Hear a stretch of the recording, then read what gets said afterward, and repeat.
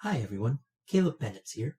I've been doing some work today with figuring out configurations of parts in 3D CAD, specifically in Fusion 360, because that's free.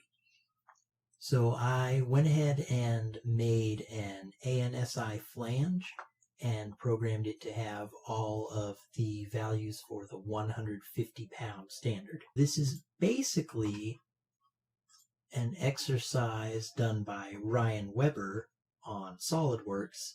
I followed along, but adapted it for Fusion 360. So I'll include a link to that video in the description. And Fusion 360 doesn't have this functionality built in, so I found an add-in by Patrick Rainsbury, which does basically what SolidWorks is able to do using Microsoft Excel, using Fusion 360 and Google Sheets instead. And I'll include a link to that in the description as well.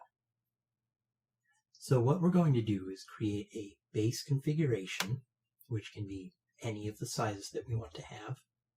Then rename our key parameters to be easily recognizable names. Use Sheeter to add in a spreadsheet and link it to the file. Put in our other data and save it because we're done.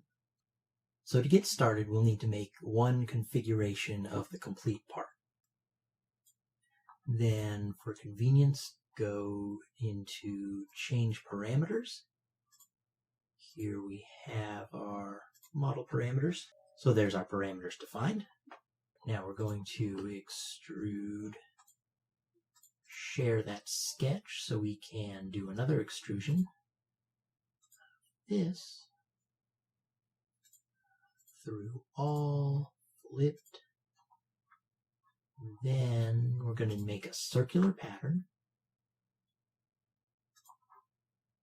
of this feature, which is this extrude right here, around this axis, and we need 4 holes. So there is our 1/4 inch flange. Next, we're going to go into Tools, Sheeter, which is the add-in that I mentioned earlier, and link design to Google Sheet. And there it is. It's imported in all of our dimensions. So we just delete out the columns that we don't need. We need one other thing, and that is our number of bolt hole circles. So if we go into our circular pattern, there's the count.